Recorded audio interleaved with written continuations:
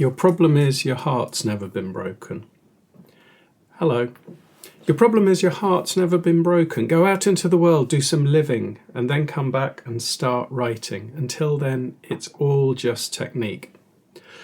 When I began teaching writing, there were a few things I promised myself I'd never say to a student. Go get your heart broke was the main one.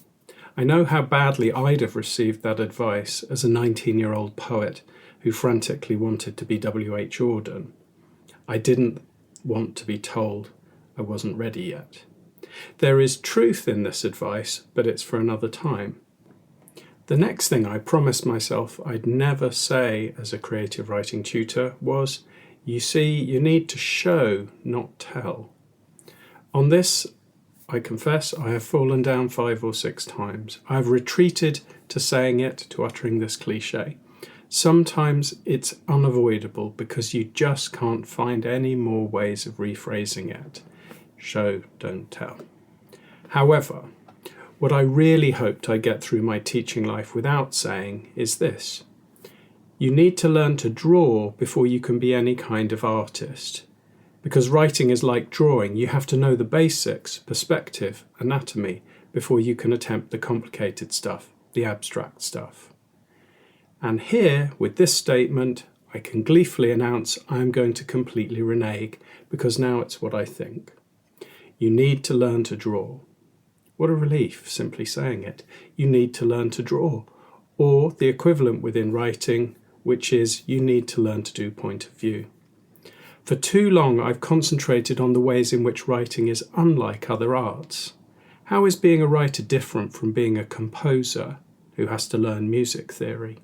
Or a potter who has to learn chemistry and physics, or a choreographer who has to learn anatomy, physiology, and who knows what else. There are some differences, but there are far more similarities. All practices, all artistic practices, have an accompanying theory. The theory allows us, the practitioners, to see the world diagrammatically. It gives us X-ray vision. Some people are put off by this because it seems cold or analytical. For them, everything has to be passionate.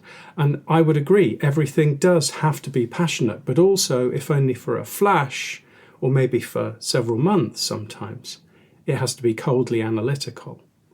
Yes, you can do certain things instinctively and do them brilliantly. And you can definitely have beginner's luck with a self-defining poem or a short story that comes right from your gut. However, when you get to the point of writing your 3rd novel, or doing something unprecedented in words, you need to learn to draw. Perspective is for drawing, point of view is for writing. It's not just an analogy, it's a deep wellspring. Point of view is how you make things further away. Yes, in time as well as space. It's how you put one thing in front of another and have a third halfway hidden by both.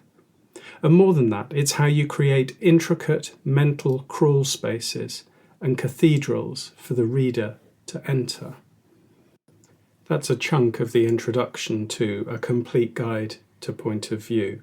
And the reason that I'm including it here, apart from the fact that I think it's really crucial to make this analogy, to make this link between writing point of view and drawing lines of perspective to put things further off, is because the other night I was having a conversation after a launch party with another writer, and I was telling them what I was doing, writing on drafting, and then I told them about point of view, and they said, yeah, I wish I'd known that, because when I started my first novel, it was first person, it was close, and I got 30,000 words in, and I realised, oh my God, my narrator has to know everything.